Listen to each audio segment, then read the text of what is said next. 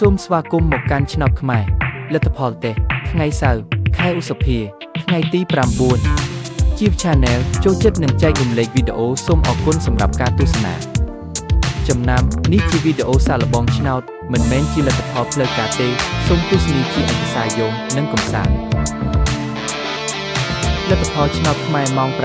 8:45 នាទី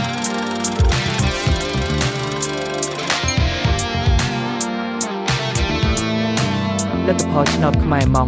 10:35 នាទី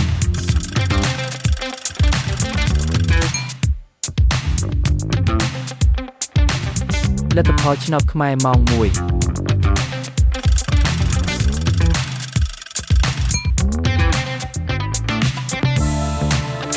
លទ្ធផលឆ្នោតខ្មែរម៉ោង 3:45 នាទី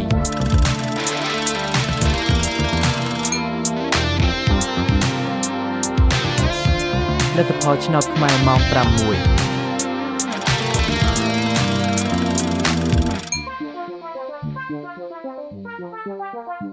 លទ្ធផលឆ្នោតខ្មែរម៉ោង 7:45 នាទី